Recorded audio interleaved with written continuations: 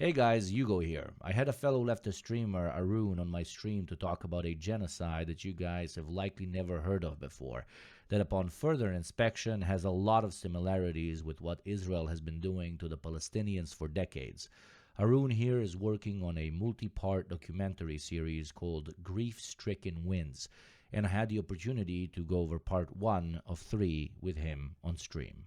The documentary is titled Grief-Stricken Winds. So I want to do a quick. Go on. I want to do a quick thing about the name. So the name Grief-Stricken Winds is actually from. It's sort of a mistranslation of a Tamil poem called Kaattikuvanda Sogam. So it's a mistranslation of Kaattikuvanda Sogam, which means the grief or the deep sadness that has hit the winds. And the poem is about a village that was basically, it's set up as this metaphor for the crimes that the Sri Lankan state has been committing against the Tamils for like 80, 90 years at this point. So that's where the name comes from. It actually is the name of a Tamil poem by Vivaratnam. Thank you. שנועדו להיות נתיבי חדירה לישראל, אלא גם את אלו שנועדו להיות מקומות מסתור למחבלים. אתם לא יכולים להתחבא.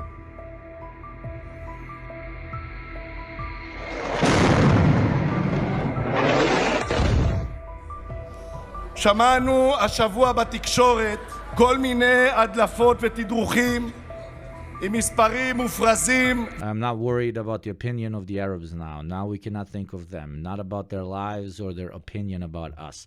The more you put pressure in Gaza, the happier our people will be here. Really, if I starve the Arabs, our people will be happy. The classic parallel between the destruction of the parasite and the proliferation of a beautiful, green, luscious life. Once that one main problem is removed, I'm guessing there are going to be like crazy parallels in the documentary between the two genocides. I'm guessing, which would be... Oh, yeah. I mean, that's the whole point of this intro, but you'll see what I mean in a second.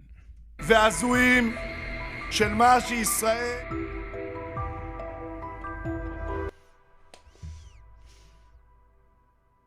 Massacres, bombing of hospitals, deprivation of aid, calling civilians terrorists and terrorists civilians, human shields, bombing safe zones, assassinating leaders, and far more. Death and destruction inundate the atmosphere, and no one knows when the army will claim your life. Every second there's a chance that a bomb could drop, and within seconds, your mom, dad, uncle, aunt, sibling, child, and your own life could be robbed from you. Welcome to the Pearl of the Indian Ocean, Sri Lanka, in the year 2009.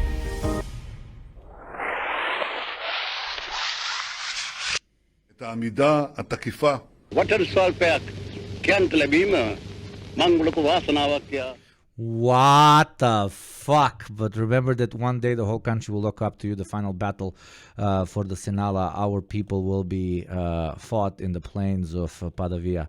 You are men and women who will carry the island's destiny on your shoulders. Those who are attempting to divide this country will have to reckon with you. The country may forget you for a few years, but one day, very soon, they will look up to you as the last bastion of the Sinhala. Wow! Sinhala, Yes! Sinhala. Holy shit! Holy fuck! Yeah, man, dude. So, just to clear any confusion, Benjamin Netanyahu and Itamar Ben-Gvir did not say that. They did not say anything remotely. They did. I mean, they've said many things similar to this, but they did not use this exact phrasing. But the point is, they very well could have, and they've said stuff very similar to this. They have, yes. No, the point is made brilliantly. אבל עדיין עסקה מופקרת.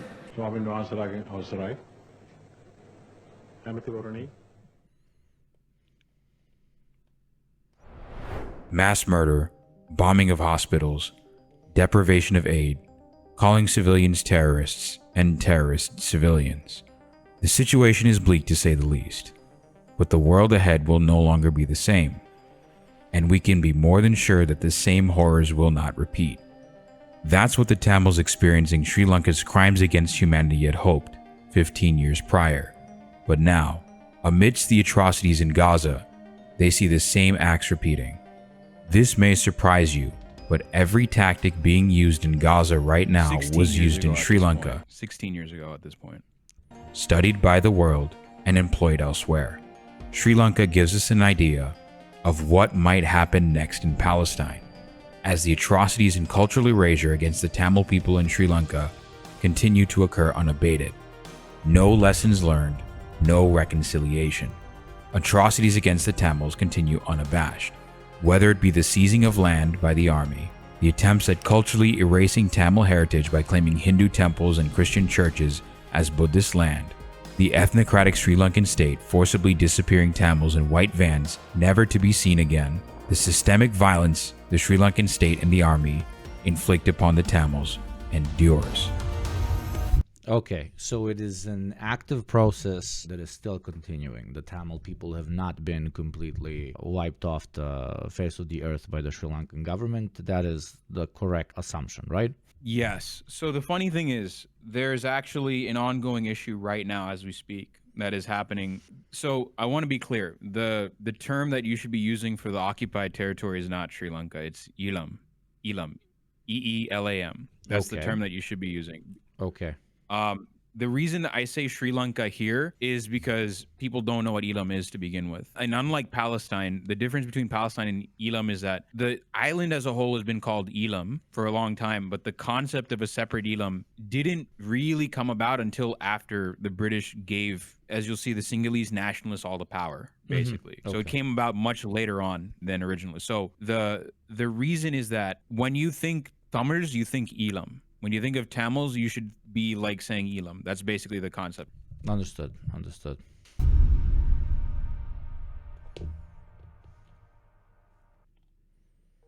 Not so long ago, in the year 2009, when America was inaugurating and celebrating its first black president, Barack Obama, on the other side of the world, in Sri Lanka, the same war crimes you're now seeing in Gaza was taking place. The UN Special Panel report published this April found that government heavy artillery was constantly retargeted on the so-called no-fire zones.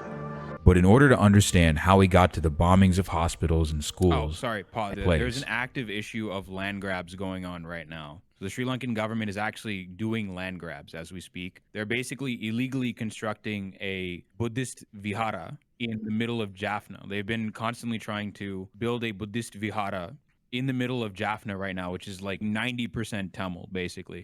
It's a very Tamil-dominated region. It's like the northern tip. It's the northern peninsula of the island, and they're basically trying to illegally construct a Buddhist structure there. And also, there's reconciliation that hasn't been carried out or anything like that. But the most important thing is that the Sri Lankan government is still engaging in colonization. So none of this has stopped. It's still going on. It's just that the genocide has now become buried and now it's being slowed. And they use like religious buildings in order to what? How do they do land grabs using temples? So they grab the land and then build the temples. So the land is already stolen by either illegally or legally stolen by the Sri Lankan government. So the land is already taken by the Sri Lankan government, and the Buddhist vihara that they're constructing is specifically, it's to prevent the take back of that land.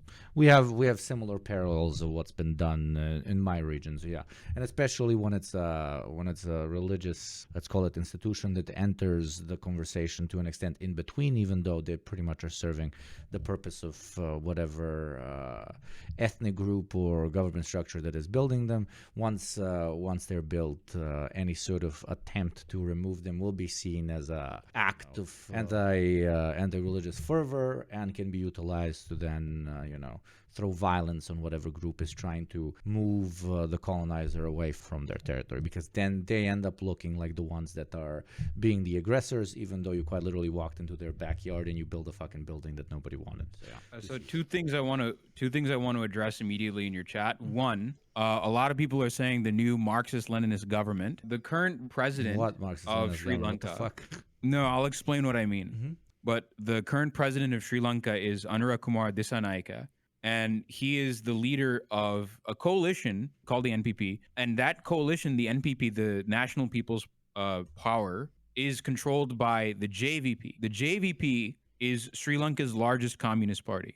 Now, and the reason I say this is because the JVP, in its entire history, it has only ever consistently sided with fascists, and they brag about it. I think one of the members of their central committee, Katie Lalkanta, there's a speech of him going to a bunch of veterans, quote unquote, a bunch of former Sri Lankan soldiers who fought in this war against the Tigers, right? And bragging about how they and Jatika Hela Urumaya, who are open Nazis, by the way, were the only ones strong enough to build an ideology that the soldiers could implement against the LTTE. And basically, he's bragging about the JVP being one of the two parties to openly advocate for the use of heavy weapons. The parallels are crazy. They have only ever consistently worked with Nazis. And there's also a straight up murder in the eastern part of the island called the Potuville massacre, in which they, in the JHU, the Nazi party, they are consistent, like they're implicated in that. They're implicated in that massacre of Muslims. The JVP, the guys that are running the country, are not good guys. They're also bad. And also, it's not just limited to the JVP, because the Communist Party of Sri Lanka, the CPSL, is also in a coalition with straight Nazis. The reason for this is the communist movement in Sri Lanka has always been dominated by Sinhalese.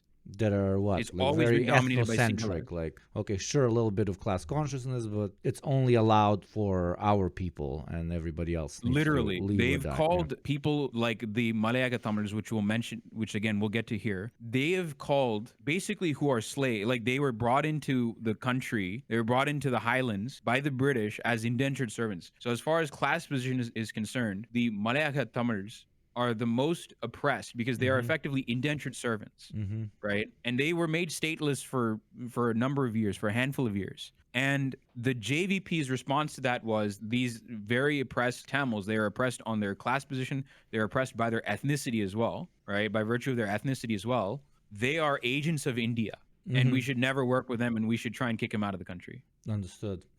Like labor, like the parallels with labor Zionists, or if you want to go to the 90s in my region, like the parallels are everywhere. Like you had the Yugoslav Communist Party fell apart. You had the Serbian Socialist Party, which ended up being the most fucking unhinged right-wing genocidal group, at least in the Serbian Republic, of the ensuing so-called Yugoslav wars afterwards. And the fact that they have fucking socialist in their name is absolute bullshit when they want to engage in active fucking ethnic cleansing and colonization.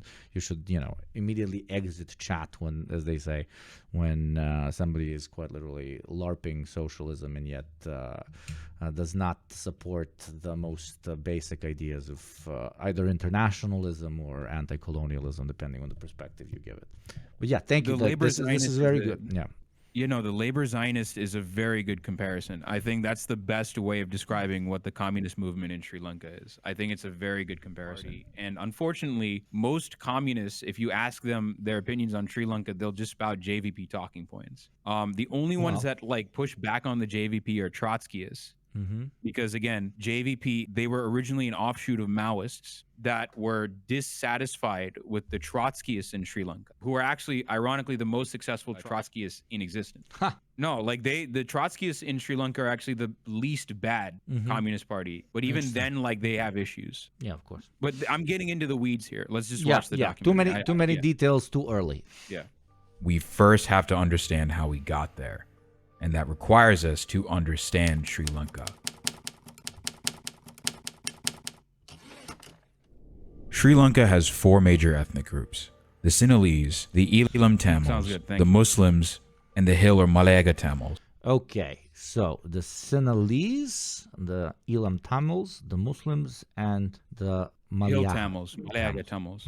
Oh, and the darker red is understood. It's interesting just how cut off the Tamils are from each other, probably intentional to an extent. No, so it's not. It's a bit of it. So the map is a bit misleading here. We did the best we could with the map here, but the Elam Tamils go from everywhere that is a green marker is also where Elam Tamils live. Okay. But the reason that they're green is that those districts now, the upper right district is Trincomalee district, the lower right district is Ampara district, and the left district is Puttalam district. They are Muslim majority at this point. You're going to see why Trincomalee in particular is now, Trincomalee district in particular is Muslim majority. And You're gonna see Tamils why. and Tamils on average are of what religious denomination? Specifically Shaivites, which is now considered to be Hindus. Okay. So they're mostly Shaivites, but they have a minority of Christians. The Sinhalese comprise the majority of the country at 75% of the population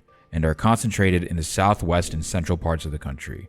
Their origins are what is now eastern India and Bangladesh.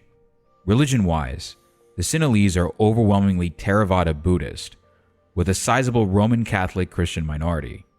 The Sinhala language is an Indo-Aryan language, making it cousins of North Indian languages such as Hindi, Bengali, and Punjabi, as well as distant cousins of European languages like English, Spanish, and French. The Tamils are an ethnic group that are native to both southern India and northeastern Sri Lanka. The Elam Tamils are the Tamils native to the northern and eastern coasts of Sri Lanka and have been there since antiquity. The Tamil language belongs to the independent Dravidian language family and is the Dravidian language with the longest written history, going back to at least 500 BC. The Elam Tamils are majority Shaivite Hindu, with a significant minority being Christian and a very tiny minority being Buddhist.